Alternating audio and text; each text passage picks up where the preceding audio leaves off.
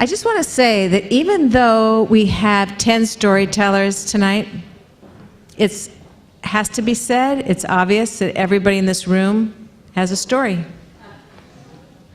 Everybody in this room has a story. Everybody in this room has more than one story. And one of the goals of this evening is to hear each other's story. So I urge you on different Shabbatot, as you're milling around the Kiddush table looking for a piece of herring or a little smattering of whitefish, ask each other for your story. Tell me a story. I want to also, thank as we go along, like Tim McNerney. He's our sound man, our everything.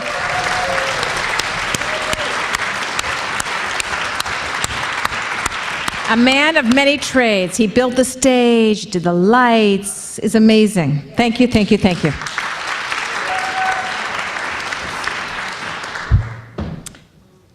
I'd like to bring to the stage Aaron Cohen. Woo!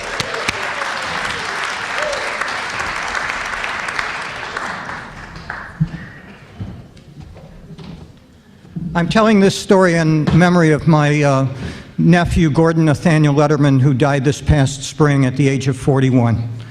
So who do you think you are? Who do you think you are when you're lying in bed at night and trying to make sense of your life? And what happens when you're no longer sure of the answer to that question? I was born and brought up in Rochester, New York. My older brother likes to say that my family was crazy in a stodgy sort of way.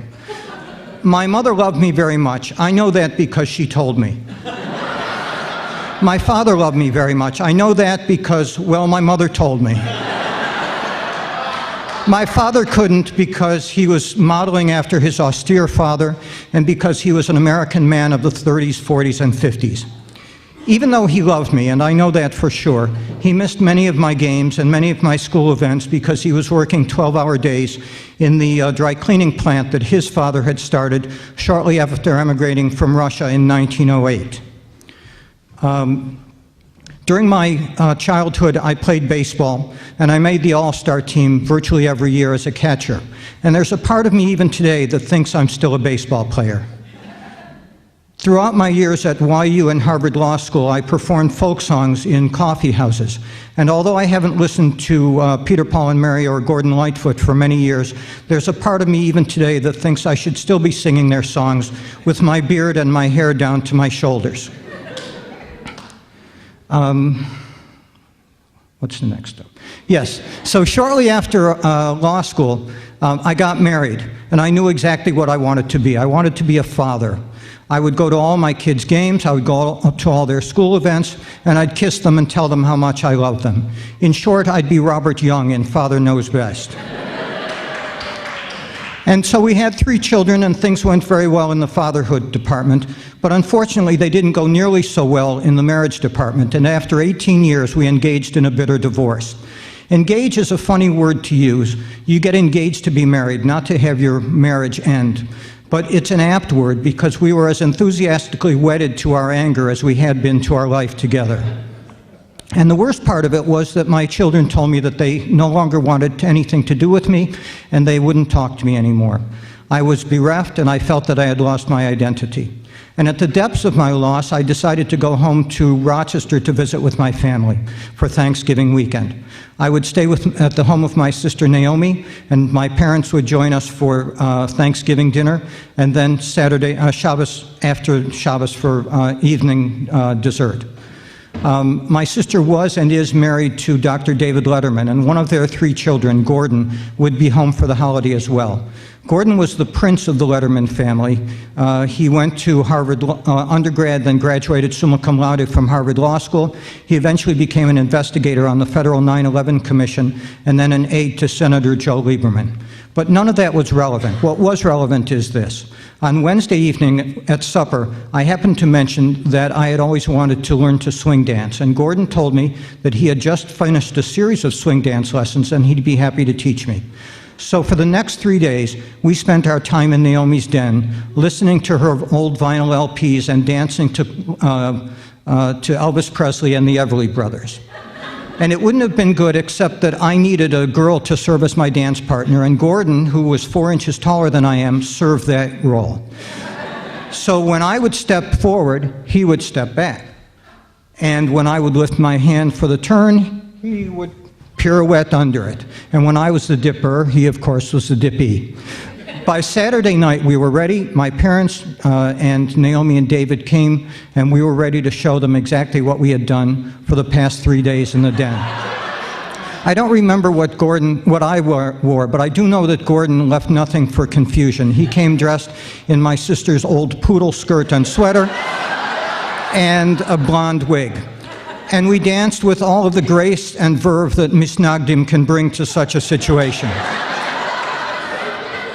But you can't stay on stage forever. At some point you have to involve your audience. So in short order, I began to dance with my mother. Gordon took off his wig and danced first with his mother, then with his bubby. My father had arthritis and found it difficult to walk, but somehow he danced first with Naomi and then with his wife of 65 years. Even David, he of the gentle physician's hands and the 2 left feet, danced. In sum, we had the first and only Cohen Letterman sock hop. The next day I went back to Boston. I can't say that my problems were solved, but I can say that I felt considerably strengthened. I had been reminded that I was right in the middle of a family of 3 generations, crazy, stodgy, and infinitely devoted to one another. So what does this tell me about the question about who I am? It really means that the question isn't so simple. After all, we're many things throughout our lives.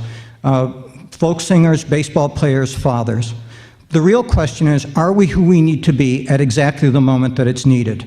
Gordon was many wonderful things, but for 3 days he was a female dance instructor, and that's exactly what he needed to be at that moment. And I, of course, was a dancer, but only for one moment. I want to finish with the story of my 2 favorite moments as a father. The first happened when Eli was 6 years old and we were on our way together to his first Little League practice. Eli could catch and hit, but only if you threw the ball exactly where his glove and bat happened to be. He was nervous, and he wasn't at all sure about what he was getting into. But I told him, Eli, you're going to be just fine. Just try to remember 3 things. Have fun, do your best, and I love you. When we got to the practice, I asked Eli, do you remember the 3 things? And he said, you love me, but I don't remember the other 2 things.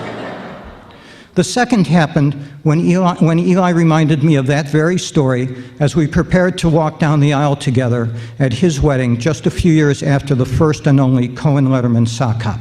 That's my story.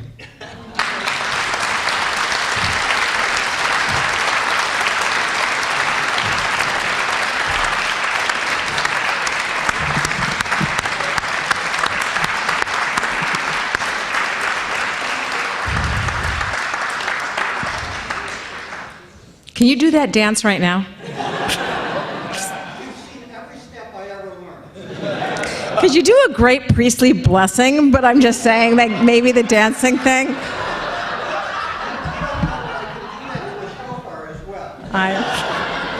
A man with many talents. Do you have a song for us, Bill?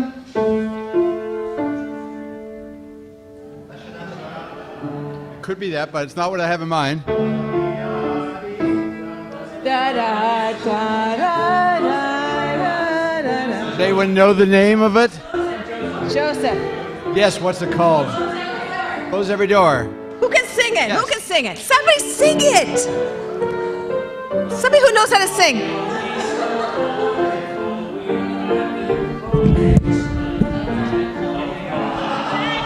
That's the music. Have some more wine, then you'll sing it. Jump off the stage. Oh, jump off the stage, right. A land of my own. Oh, close every door to me.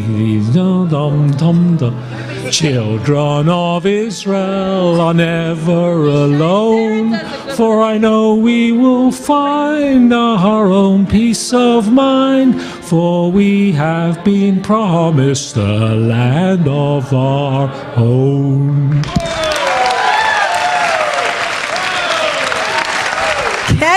Kenny! I forgot that I could go down off the stage. I forgot that. Kenny, you're good. I don't even know who you are, but you're good. Okay, now I know you. Men, you're lucky he's on your team.